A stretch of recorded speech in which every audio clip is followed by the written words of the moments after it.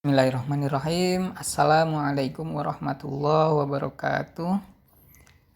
Kali ini kita akan membahas sebuah artikel yang berjudul Kisah Rasulullah Tak Mau Sholati Pelaku Bunuh Diri. Mudah-mudahan dari judul ini isinya bermanfaat dan dapat kita pelajari mengapa Rasulullah tak mau sholati pelaku bunuh diri. Tapi sebelum itu silahkan subscribe, like, dan share, dan komen yang membangun supaya channel ini bisa berkembang dan bermanfaat buat kita semua. Langsung saja, bismillahirrahmanirrahim. Bunuh diri merupakan perbuatan yang memiliki dampak besar bagi keberislaman seseorang. Restu Nabi Muhammad jauh dari orang-orang yang melakukan bunuh diri.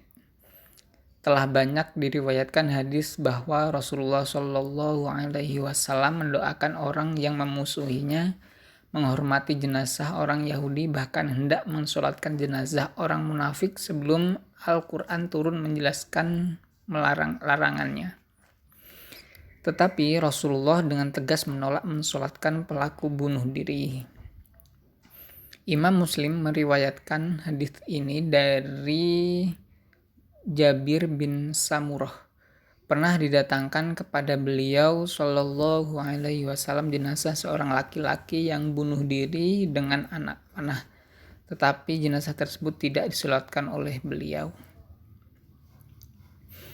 Dalam kondisi apapun, sekalipun sakit keras, ajaran Islam melarang seseorang untuk melakukan bunuh diri. Apalagi jika bunuh dirinya dapat mencelakakan orang lain, semisal bom bunuh diri. Ancaman jelas kekal abadi dalam siksa neraka. Bahkan pelaku bunuh diri pun akan masuk neraka meskipun awalnya dia berangkat untuk menunaikan apa yang disebut dirinya sebagai jihad. Berbicara tentang jihad yang seringkali menjadi alat legitimasi bom bunuh diri bagi para ekstremis, menuntut umat Islam untuk memaknai jihad secara luas dan baik. Dengan kata lain, jika jihad dengan melakukan kekerasan, mencelakai orang lain, dan merusak fasilitas publik, dipastikan jihad tersebut tidak sesuai dengan ajaran Islam yang diteladankan oleh Nabi Muhammad dan para sahabatnya. Suatu ketika terdapat seorang dengan gagah berani berperang. Para sahabat menceritakan kehebatan orang tersebut kepada Rasulullah Shallallahu Alaihi Wasallam. Kehebatannya itu diakui karena dia selalu berada di garda terdepan ketika perang melawan musuh.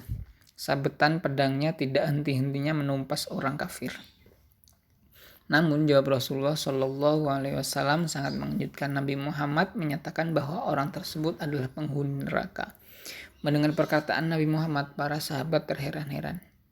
Disampaikan oleh Sahal bin Sa'id bahwa pada sejumlah peperangan Rasulullah Shallallahu Alaihi Wasallam bertemu dengan orang-orang musyrik sampai setiap pasukan ke kesatuannya.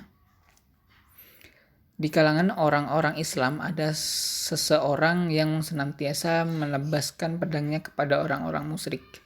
Bagi yang sedang bergerombol maupun sendirian, kepada dikatakan kepada Rasulullah, alangkah besarnya pahala orang tersebut, alangkah besarnya pahalanya dia. Kemudian Rasulullah Shallallahu Alaihi Wasallam bersabda, sesungguhnya orang itu adalah penghuni neraka. Kemudian mereka berkata, siapakah orangnya di antara kita yang akan menjadi penghuni surga jika seorang seperti ini saja akan masuk neraka? Ada seorang dari mereka berkata, aku benar-benar selalu mengikutinya. Saat dia bergerak cepat dan lambat, aku selalu bersamanya.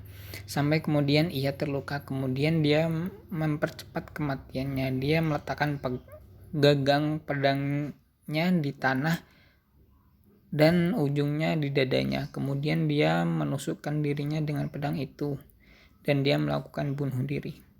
Kemudian datang seseorang yang tadi selalu menyertainya, menemui Nabi Muhammad SAW dan berkata, aku bersaksi bahwa Anda adalah utusan Allah Subhanahu wa Ta'ala. Lalu Nabi Muhammad menanyakan apa yang terjadi dan dia pun menceritakannya. Kemudian Nabi SAW bersabda, sesungguhnya orang tersebut sedang melakukan amalan-amalan penghuni surga sebagaimana yang nampak kepada orang lain padahal dia termasuk penghuni neraka. Dan dia itu sedang melakukan amalan-amalan penghuni neraka seperti yang nampak pada orang lain padahal dan dia adalah penghuni surga. Kisah di atas merupakan hadis yang diriwayatkan oleh Imam Bukhari.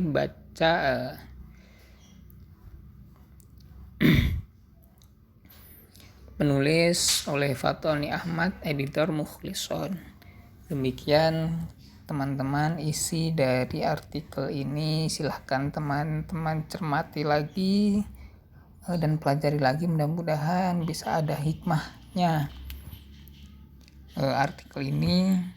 Kenapa Rasulullah SAW tidak mau sholati pelaku bunuh diri?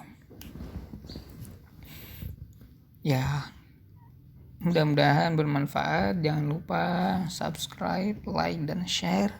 Dan jangan lupa berikan komentar-komentar positif. Semoga channel ini terus bermanfaat. Terima kasih. Wassalamualaikum warahmatullahi wabarakatuh.